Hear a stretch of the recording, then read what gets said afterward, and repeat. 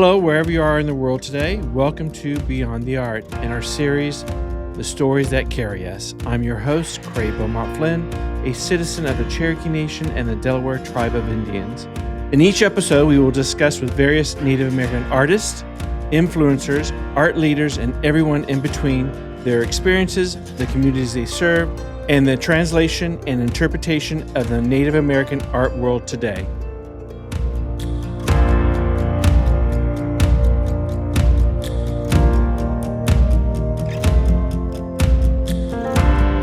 Today we have Kenneth Johnson, a Muscogee Nation citizen and a jeweler, sculptor, and designer. Welcome to the show, Kenneth. Thank you. Appreciate it. Great to be here. So we're very glad to have you on the show today. So why don't you go ahead and tell us about your story? My story begins, I was born in Lubbock, Texas, of all places. I know about federal policy because the day my mother graduated from Chalaco Indian School, they put her on a bus to Lubbock, Texas, and they spread Indians out. And so I was born there, but my mom brought me back to Oklahoma, which is where the Muscogee Creek Nation is, and also the Seminole Nation.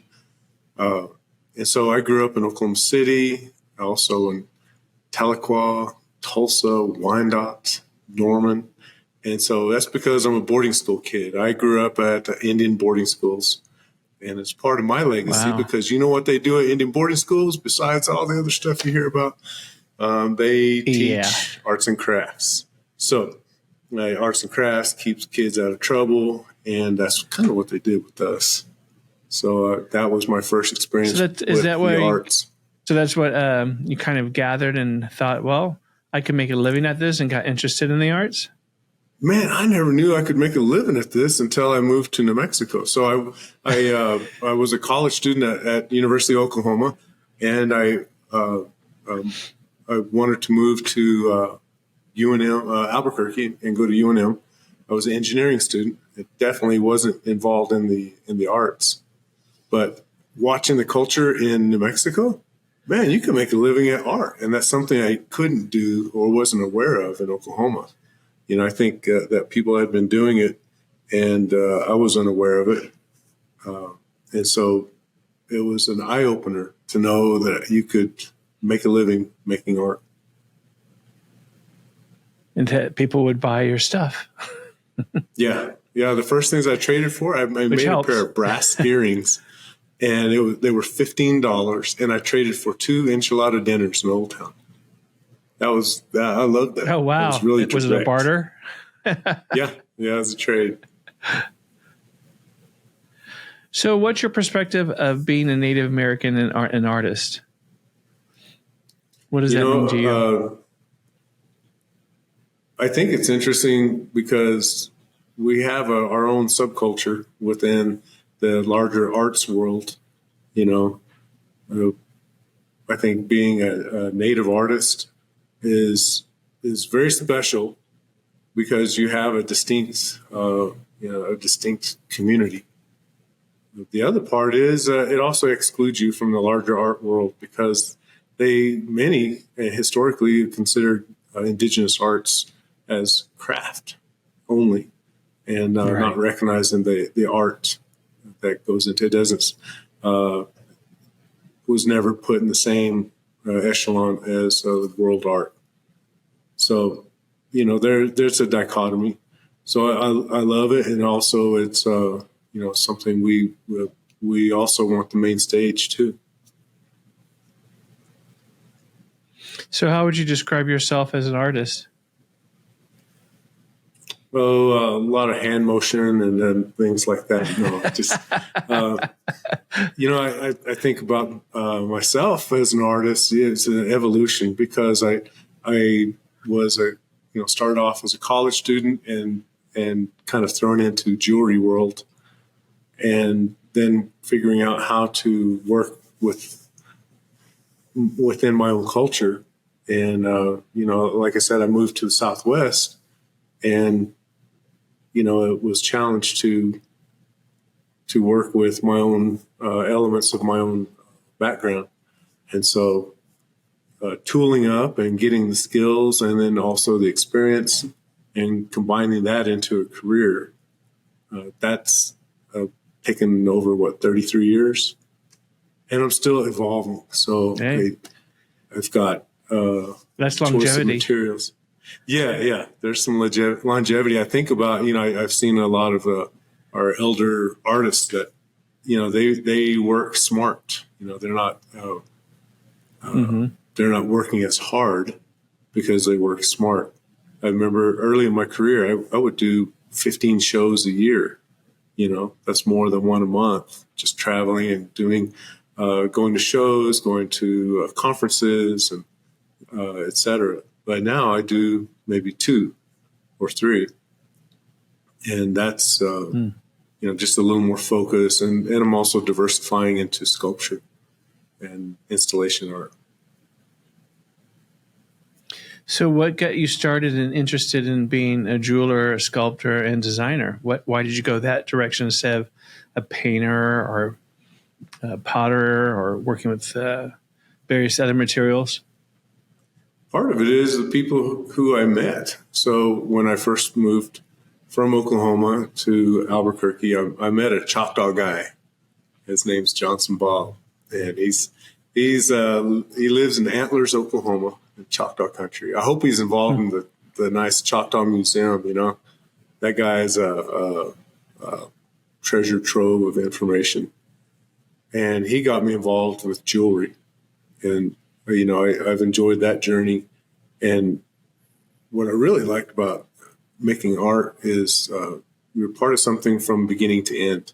So, you start off with a raw material and have an idea, and you form it, and you come up with a final design, and you make it come to pass. Whereas what I was studying in college was how to be part of a system, to be a cog in a large corporate wheel. And Gotcha. You're a part of a project, but you don't have the concept. You don't deliver. You're just part of it. So that's what I liked about the arts is you get a lot more direct interaction. Well, how would you describe yourself as an artist? With a lot of hand motion. Again, with hand motion. Are these jazz hands or? yeah, jazz hands. A lot of hammer. We say every artist has to take that picture like this, Right. Well, describing myself as an artist, I work by intuition a lot. I like to sense things. If I'm working with a person for a special project, or if I'm working with a material, I get a sense of what the material is about, or think about concepts that I've imagined. I read a book that influenced me that was, drawing on the right side of the brain, and it delineates left brain and right brain functions. And I have to understand that, while I'm in verbal mode, that is left-brained, and you're speaking and talking about things that have values and weights and characters. But on the right side of the brain, you deal with spatial awareness, color, and other undefinable things. And so I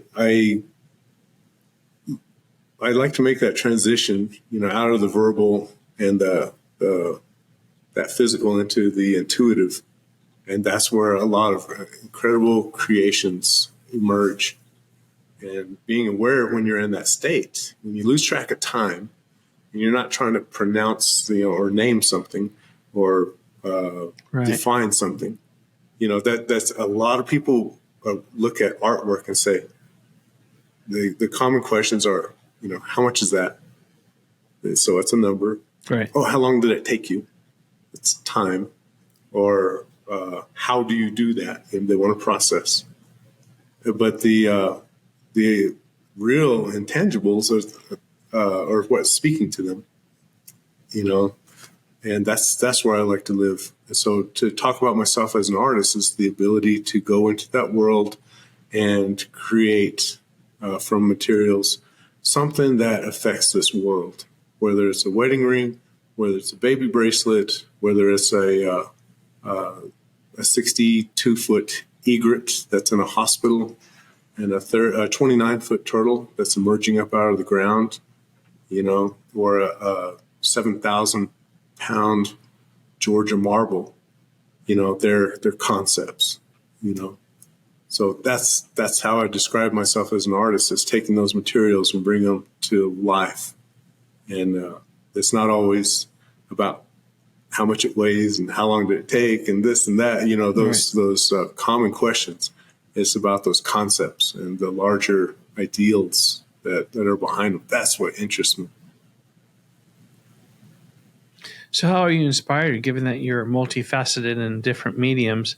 How are you inspired versus creating jewelry, then going to sculpting? I mean, do you have something that you think, oh, well, this is going to look great as a bracelet, or this is going to look good as a statue or another form of craft or artistry?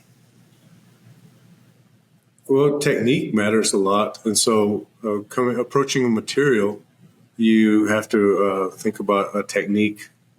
Such as marble, it's a subtractive process. Whereas I think in the early 2000s, I started into computer-aided design, where we got into designing on a computer. And I used to design for QVC. And so what I liked about that is I could design something on the computer and email my designs in, and we got into... And it magically appear? Yeah, magically appears, poof. What was cool is I used a mill, which is I used a drill, and it was a subtractive process. And now I've upgraded to a 3D printer, which is an additive process. And, working in something like tufa. Tufa is you're carving into a stone and pouring metal into that cavity to get a reverse of that design. And so, there's additive processes, subtractive processes. And so the technology or the approach to the material really matters, what you can do with it. And so when I'm thinking about a design, like the designs that are behind me on the wall, one is a spider, and that one, it's about a 3-inch wide bracelet. And what was cool about it is, it's very light. I cut out a lot of the material so you can actually see through that. But what I was into at the time was stone setting. So I got really into bead setting, faceted gemstones. So that spider behind me is black diamonds with a ruby, and it's all engraved. And the only stamp work in that one is on the edges and right in that center line. The rest of it's just all engraved. So it's like freehand drawing, but in metal. And when I approached that, beautiful. I was looking at it like a canvas. So there's that center spider with all these Southeast mound builder motifs. And then that sun symbol that goes down the center represents time, and seeing that action that's happening around that center stone with those diamonds, that represents flow, like similar to a stomp dance. It goes around in that counterclockwise direction. And then the little bands on the arms, on the legs of that spider represent bracelets and armbands and that kind of thing. So kind of like a tattooed spider. That's what I was imagining.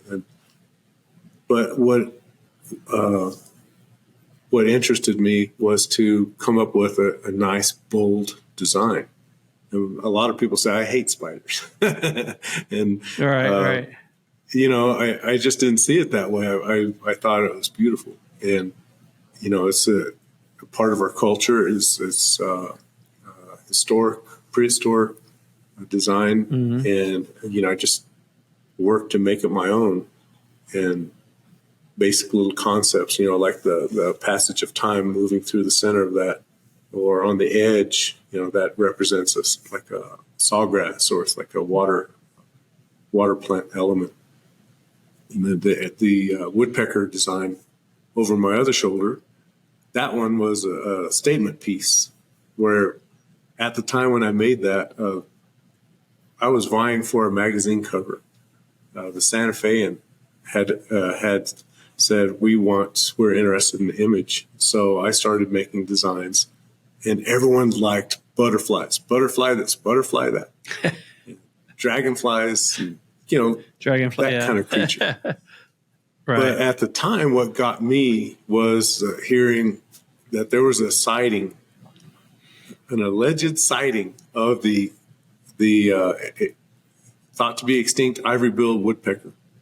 Someone captured a part of that on a video in Louisiana, and Really, I knew about our woodpecker design, and so I thought, man, I can't do a butterfly. I couldn't go that direction. I had to do something that's not very well known. That's the Elvis of the bird world. Wondering if he's really left the building or not.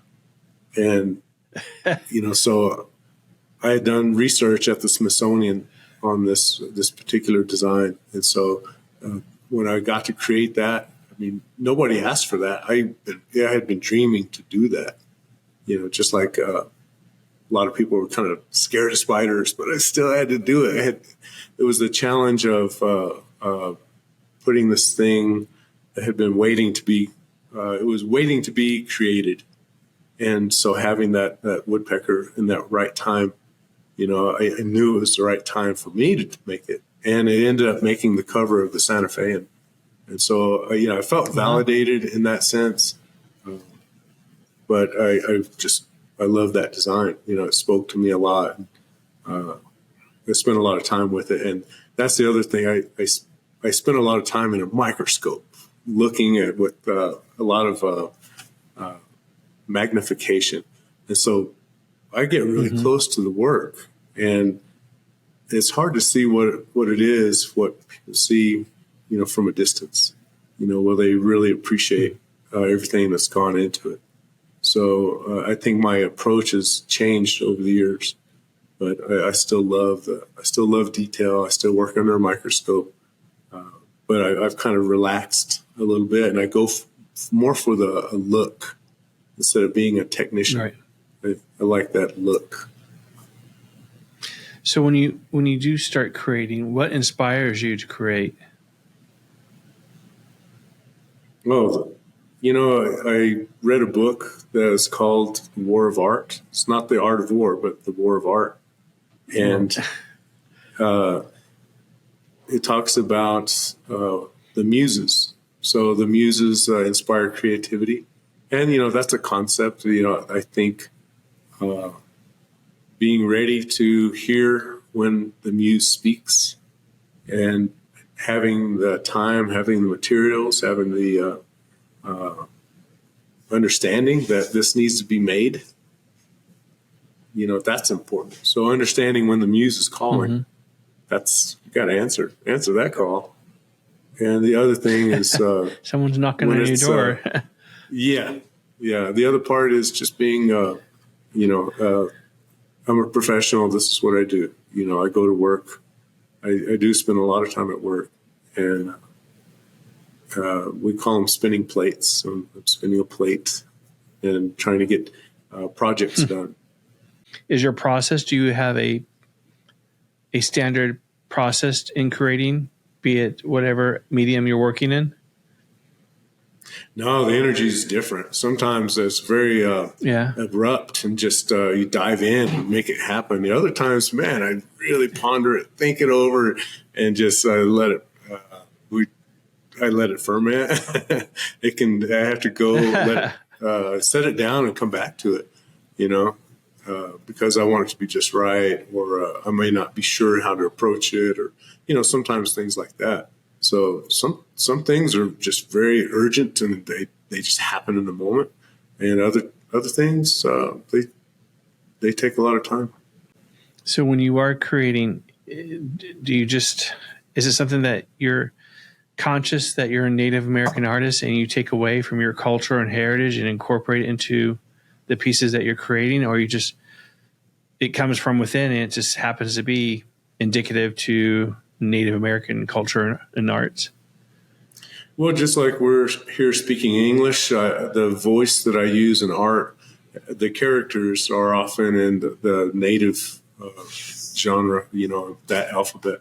So when I create, it's not just the awareness that I'm native. I'm creating for the sake of creating and letting it be what it is, but it's coming through me. And those are the characters that I use to build those sentences to talk about it. Given that you're Muscogee and you're part Seminole, correct? Yes, that's the Johnson side. If you know That's about the Johnson Johnson's, side? that's the Seminole, Oklahoma Seminole last name. Do you try to separate the two, or just what comes out comes out? It's like, okay, well, I'm doing a lot of Muscogee derived pieces, or is it Seminole, or is it just whatever is your hands are doing and your brain's thinking is what you do? Okay, jazz hands. Okay, is it Creek hands, Seminole hands? I had to do a lot of learning about it, man. So being Muscogee, I'm enrolled in Muscogee, and also being Seminole. So I had to learn more about not only our family, but also the history of the two tribes, because they're related. At one time, they were one tribe. But even that's misleading, because the Muscogees were a confederacy of many tribes.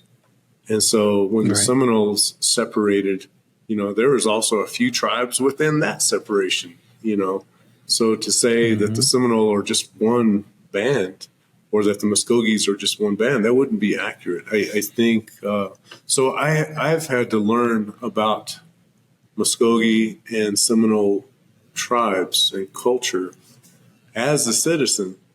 And our family is from the Wewoka area. And Wewoka, if you look at a tribal map, is on the border between Muscogee Nation and Seminole Nation in Oklahoma. So because that's a border town, that's why we're Creek, which is my grandmother, and we're Seminole through my grandfather. So when creating, I used to think about it like, okay, well, Creeks and Seminoles used to be the same back in the day, and I was naive about it. And so my understanding has grown, and so has that distinction between the two. So my mother, she taught me Seminole patchwork, and I've incorporated. I learned that I'm way better with a hammer than I am a sewing machine. So I still have my early patchwork that she showed me how to make. My grandma, Maddie Factor, she made patchwork, and I'll never forget. My wife and I were with her at her house in Sassacua, Oklahoma, and she had a little country home. She had corn outside and cows and chickens, and she was working late night. And she says, I'm this old in life, and the orders just keep coming.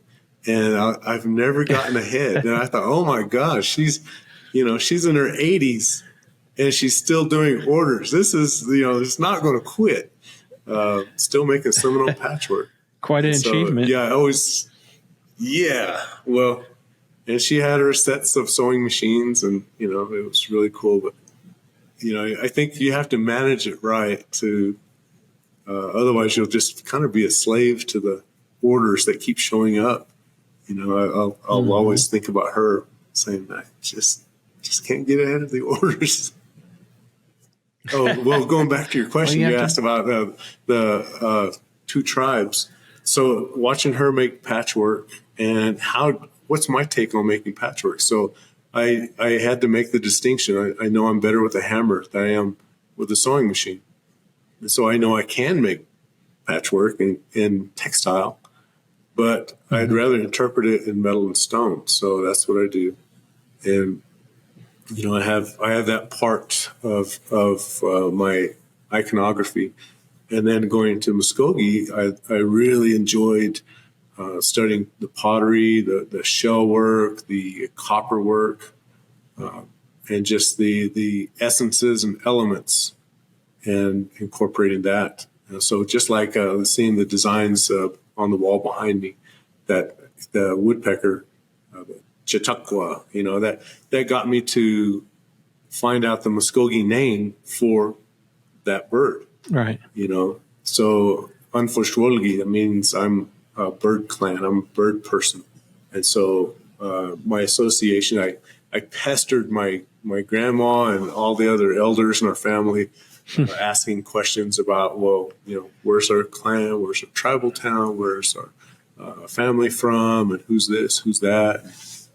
And so, that journey for me within our own family and then within our community has really helped me understand, a design like that woodpecker design behind me, learning the word chautauqua. And it's actually kind of the sound that bird makes. Yeah. Yeah. So learning parts of the culture, just applying that to my artwork, has helped me in my own upbringing, What do you think is an important factor of being a Native American artist? I think it gives me a jumping off place. The other part of that is I hear other artists talk about how they're limited by it. And I think, you have to be from somewhere, no matter who you are. Mm-hmm. You can, it is possible to not know your background, like through adoption. It is possible to be separated from your community and not have history, but you can still be that creative Native. I've watched many people make their own way. And so for me, as a Native artist, it's a privilege to be a Native. I mean, for me to understand the wealth of our culture and to have community and to be from somewhere, that lets me have a reference point, and I move forward from that, and I get to make my own way, and I get to bring others with me. So, I'm a let's everybody get up and go kind of person. I like to build teams. Right. I like to work with others, and even though I don't know, I grew up as an only child, even though I have brothers and sisters. I've had to make my own way, and I'm grateful to. So when you ask about being a Native artist, I think I really like our community. I like the ability to draw from that. I don't feel obligated to draw from my culture for my inspiration, but it often parallels with that. And, what I thought was interesting is in 1998, I got the Smithsonian National Museum of the American Indian Fellowship. It was what do they call that? Artist in residence. So I went to New York City and Washington, D.C., and also the Peabody Museum, Peabody, Essex. And I studied artifacts there. And what was really cool is looking at what the ancestors did. I could look at a piece and like a shell, for example, and I could see if the person who made that piece, if they started from the outside in, or if they started from the inside out, if they were left-handed or right-handed. And I could see their pieces across a broad spectrum of other pieces. So if someone was prolific, or if someone was really crude and they just gouged a line, versus someone who really took a lot of time, and you could see the general curve, and that's how you could tell if they were right or left-handed based on the curvature of the lines in their work. And so I got to spend time with it. And so as a Native artist, understanding the generations before me, and time was different to them, and the tools were different. Yeah. but that concepts were so alive to me. I still work to understand it from an intuitive level, because the technology that we have as artists today is astounding, but it really comes back to those simple concepts of what speaks to people, what speaks to that. What is that material trying to say? So when you were a youth, before you became a professional artist, were you influenced and mentored by individuals to kind of help direct you? I did not expect that question. Oh man, what a shocker. No, I saw you. Thank you for asking me that question, because, I want to talk about two mentors. So in our family, so my family that lives in Tulsa, West Tulsa, Oakhurst, I had an uncle named John Walkenstick, and Uncle John was a painter. He was painting on rocks. He was painting on canvas. A lot of these things were influenced by Jerome Tiger, people playing stickball and elements of, kind of just Oklahoma life and, Oklahoma natives. And so that was, that was a good reference for me. We just thought of him as the artist in our family growing up. But then going to Seneca Indian School, where they got us to do arts and crafts, and I was good at it. I liked it, made a lot of macrame, made a lot of awful painted pottery, that kind of stuff. But I really enjoyed it. And I ended up going to Sequoia High School, and at Sequoia, they're doing metal craft and woodwork, and also we would always draw on napkins, always drawing a face on a napkin. And it was at Sequoia High School where I met Enoch Kelly Haney. So once a year back in the day, all the Indian boarding schools in Oklahoma would have an arts and crafts show, and it would be at Sequoia High School in Tahlequah. So I was a student at Seneca Indian School at the time, and, we made all the God's eyes and just whatever, we made all kinds of stuff. We'd go down to Tahlequah from Wyandotte, and, we'd put all of our arts and crafts together, and they would judge it or grade it or sell it, whatever, And there was a speaker there. His name was Kelly Haney. And we sat in a classroom. It was a big deal for us to be in a high school, just little kids. But this native man got up and he drew a circle on a chalkboard. And he says, "What's this?" He said, "Circle," or letter O, or zero. And he drew some more lines. He said, "What's this?" "Oh, it's a face." And then he just he drew the rest of that, and it was the coolest Indian face with a feather that we had ever seen. On a place that had only had numbers and letters, he put art on a chalkboard, and it was transformative. So that's why I say we always drew. We followed Kelly Haney's career, through his art career, and then he became a legislator and also a chief of the Seminole Nation of Oklahoma. And he started collecting my jewelry as a young artist. And so I got to know him as an adult.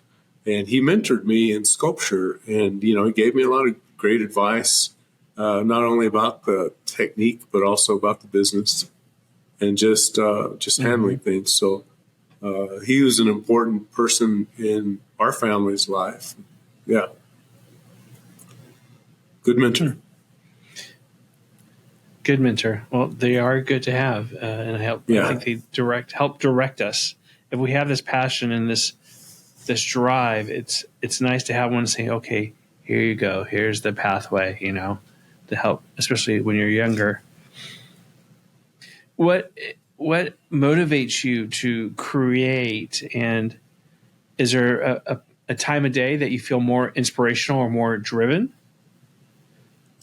Yeah, well, like that, like the book, The War of Art, it talks about an interview with Somerset Maugham, the writer, and someone asked him the same thing. What do you write when you're inspired, or do you write on a schedule? And he says, "I'm inspired. I write on when I'm inspired. Fortunately for me, it's at 9 a.m. every morning." And you know, he set a schedule, and so I strive to work. I used to work a lot of late nights, into 3 and 4 in the morning, and that was early before kids. And then having kids changes things, and so my daughter would stay up with me till 3 or 4 in the morning, and we actually had her in the cradle board and would hang her on the wall, and she wouldn't sleep unless I was hammering. And so I'll never forget, my daughter Seneca came. I had stayed up late and I was laying in bed, and this little 3-year-old comes up next to the bed. I don't know, maybe she was 3, pretty young. She shakes me and says, "Daddy, wake up. The jewelry's not going to make itself." And I was so upset at her mother for telling her to say that. And my wife says, "I didn't tell her to say that. She came up with that on her own." Anyways, but yeah, I used to like working late. I like the solitude. Then, no one's calling or bothering you. I also find early mornings is really good. I was in the studio at 6:30 this morning and just getting ready for the day. So I find early mornings and late nights are great times to create. They kind of not go together. If you're doing it early morning, you're doing it late night. You got to get some sleep, some balance. Is there any pieces that really stand out that you've done in your career that are really poignant, that you're like, that's my soul, that's my heart and soul's in that piece, and that's who I am? All of them, man, they've all been me at one point. Hey, why? Yeah, because look at this one. This is an iconic symbol. I call it the Muscogee knot. And so, other Southeast cultures embrace this also. But to me, this represents when you're connected to a place or in a time or with the people that you're supposed to be with. And it just means you're alive and you're in that moment. And so, that's a life element. So that's in essence this, the turtle. I started making turtles out of coins early in my career. Yeah, so I love collecting coins and stamping them, making things out of that, either in silver or in gold or platinum. Most of your pieces are just one-offs? Do you do multiples? I do multiples. I think for a lot of my career, watching other artists get older, I think you can only make so many pieces. I talked to, who is it? Sonwa, Verma Nakwatua. I said, "How many pieces do you make in a year?" And she had kind of averaged one every 3 days, and wow. that's prolific for a high quality product. And so I work to have an entry level piece that I'll make multiples of, using computer aided design and lost wax casting, and we will do hand engraving over that. I like to do rocker arm engraving, which is similar with this.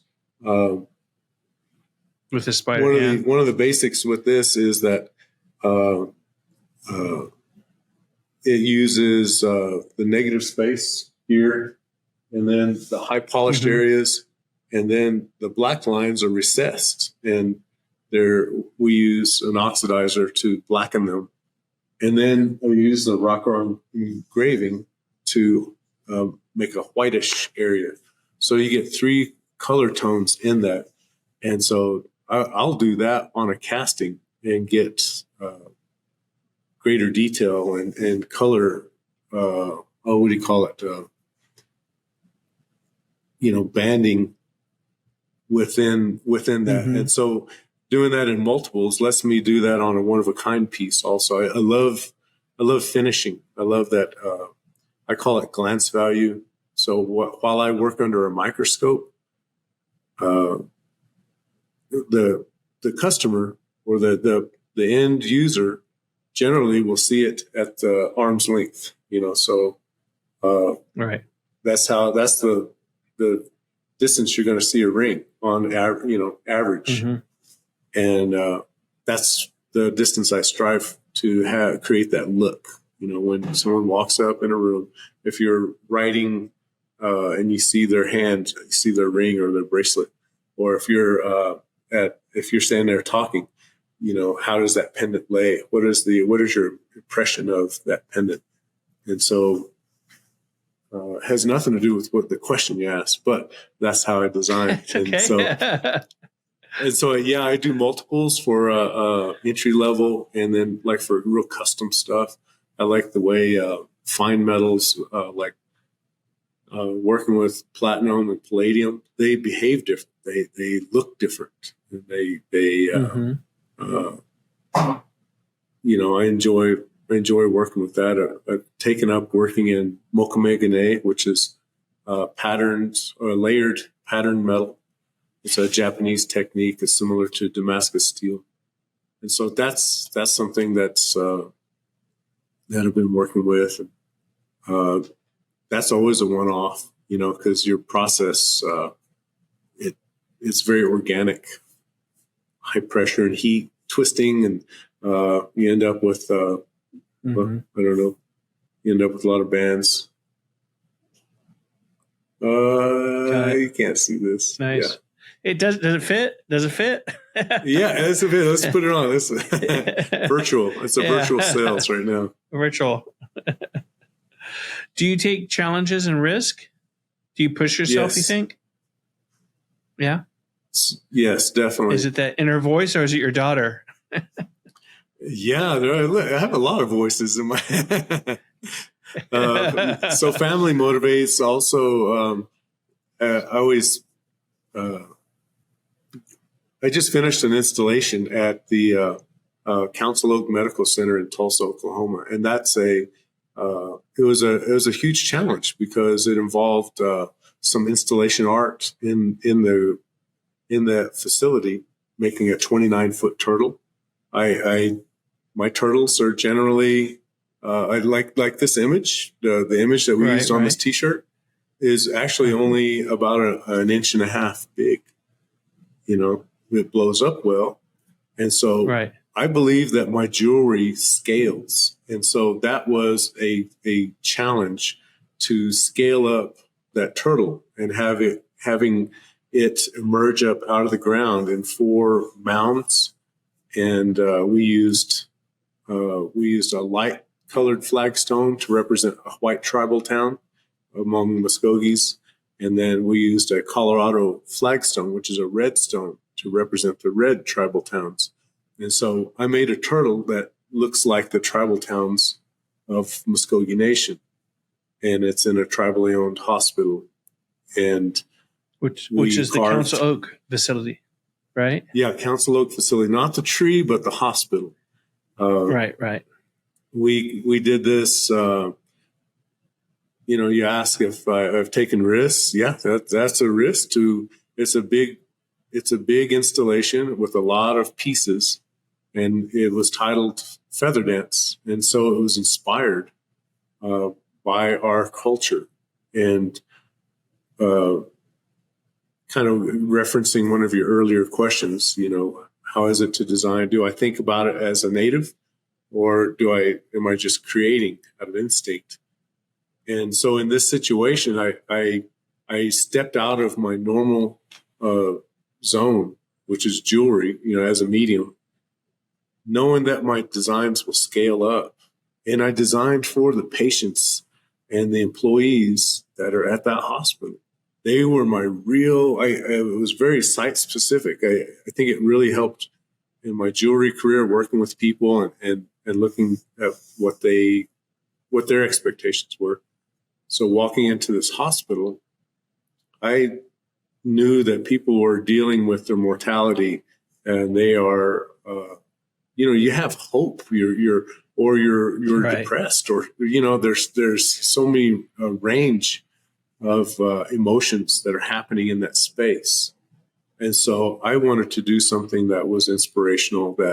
We titled it Feather Dance because there is a 15-foot stainless steel pole with egret feathers.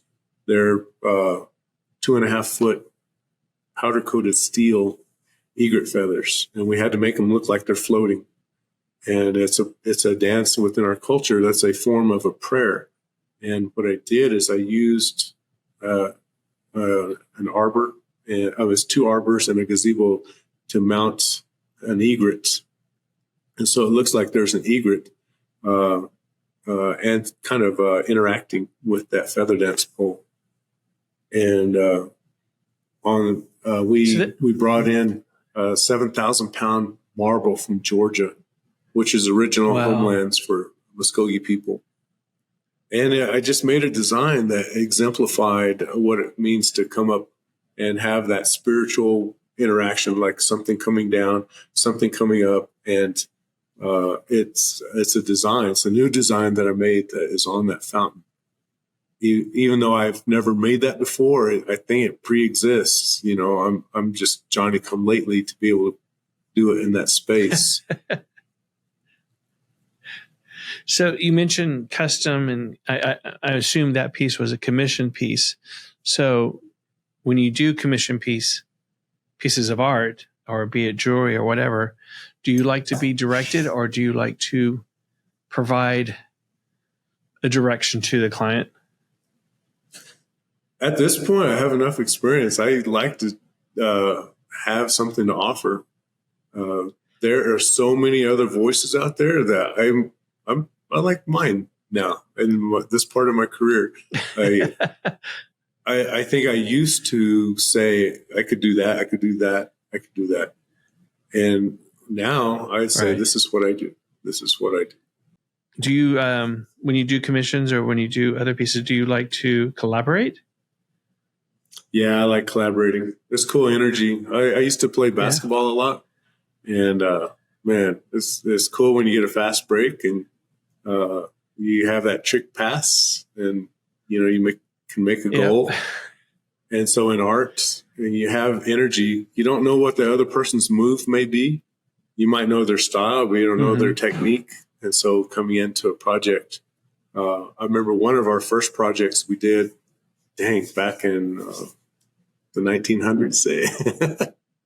I did a collaborative concha belt for Santa Fe Indian Market. It was a fundraiser to be auctioned off, and we got 12 artists together to make one concho onto a belt, and having everyone work together. That was cool. I love that collaboration. That has gone on into we've made a collaborative necklace. We've done collaborative silverware. There's a time and place for it, So I don't collaborate a lot, but the times that I do, it's fun. It's really good energy. Yeah. It kind of, I think it also is a good way to challenge yourself too, because you're absorbing new ideas, you're educating yourself from another artist. And so it might push you just to challenge you that there's especially them in an arts community like you do, you see other things and you're like, oh, look at what they're doing. Look what they're doing. And you don't want to compare, but it challenges you to try something and take a risk, I guess, out of your normal comfort zone, so to speak.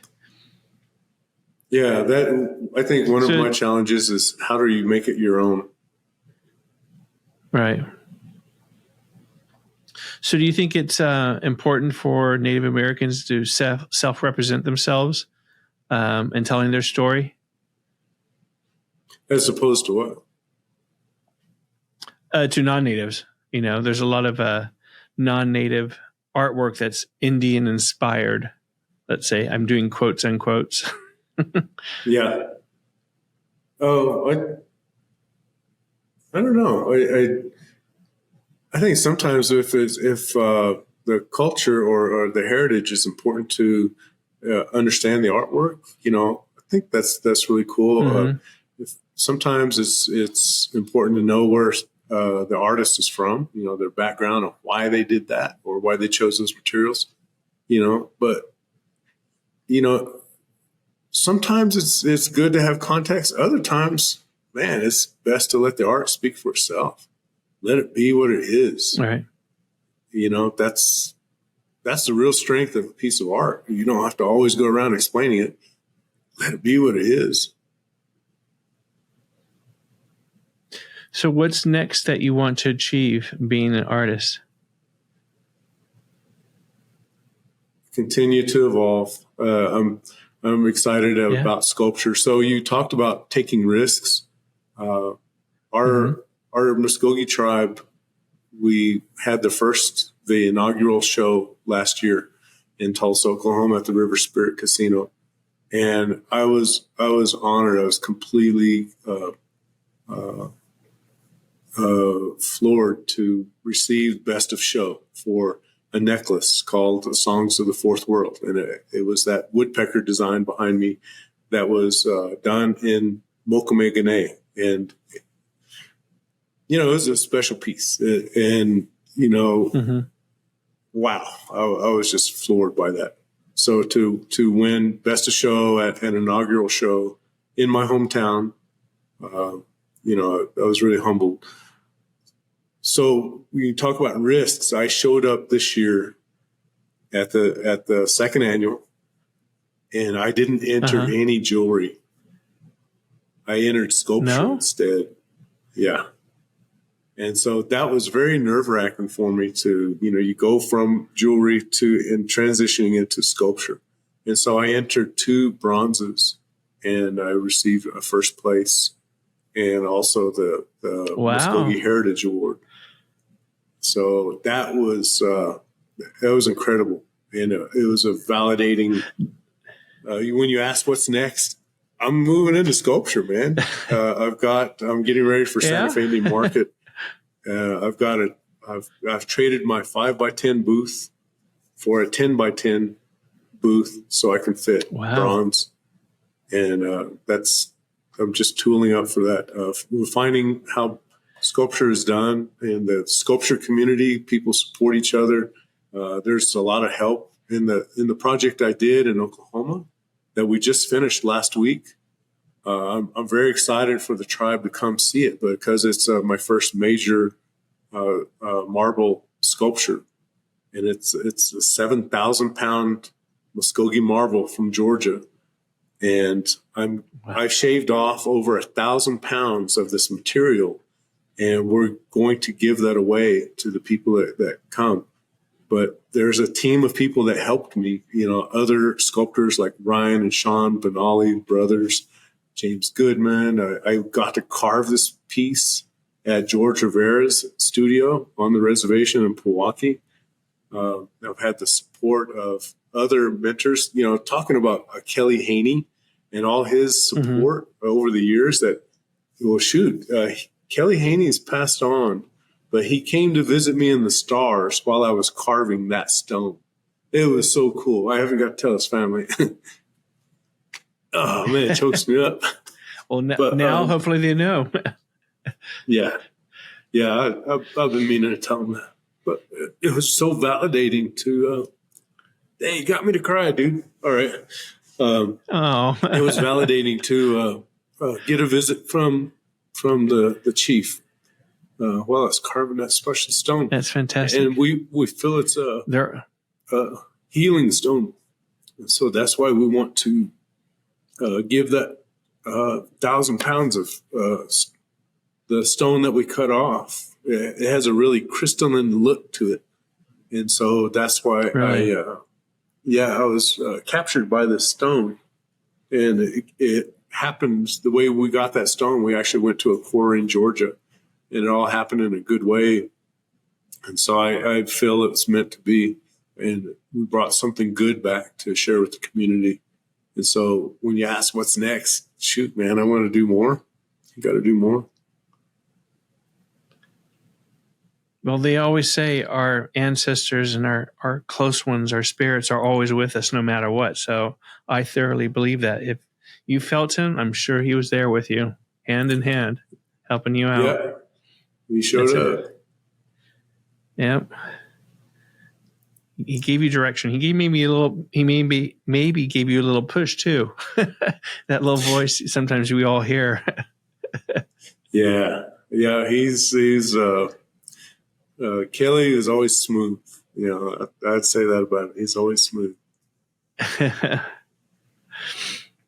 Well, that's a good endeavor. So, are you at the next show in Swaya? Are you just going to do no jewelry whatsoever?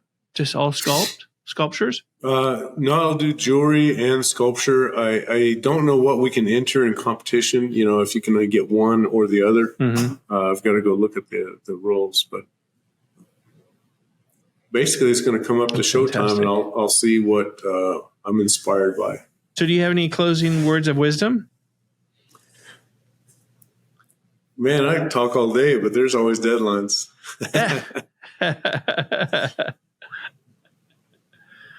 Well, I look forward to doing more.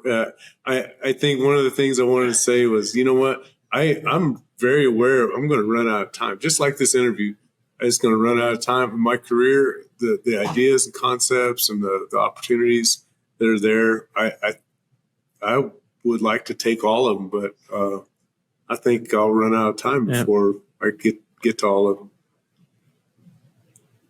You never know. You might live until 120. There's a few out there that have gone beyond expectations. So just keep on living each day to the fullest. Oh, yeah. I love it. So one last question. Are you represented anywhere or current exhibits besides your own studio? Well, I have my studio downtown Santa Fe, 135 West Water Street. Mm-hmm. And right now I'm by appointment only, but I show work at Manitou Gallery here in Santa Fe. They're only a block away, and they've always supported my work.